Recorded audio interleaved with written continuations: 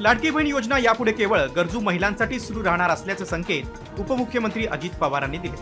त्यासाठी लाडकीच्या निकषांमध्ये बदल करणार असल्याचं त्यांनी सांगितलं. लाडकी योजना बंद करणार नाही, मात्र गरजूंनाच या योजनेचा लाभ मिळण्यासाठी योजनेत दुरुस्ती करणार असल्याचं त्यांनी विधानसभेत सांगितलं. कॉमस्कोर नुसार आता isakal.com आहे देशातील नंबर 1 ची मराठी न्यूज वेबसाईट.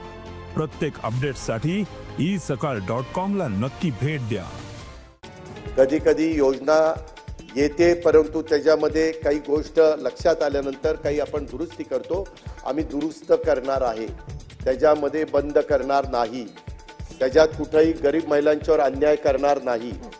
त्याला गरज आहे त्यांना 100% आम्ही देणारच. त्याबद्दल तसोबर पण आम्ही कमी त्या ठिकाणी पडणार नाही.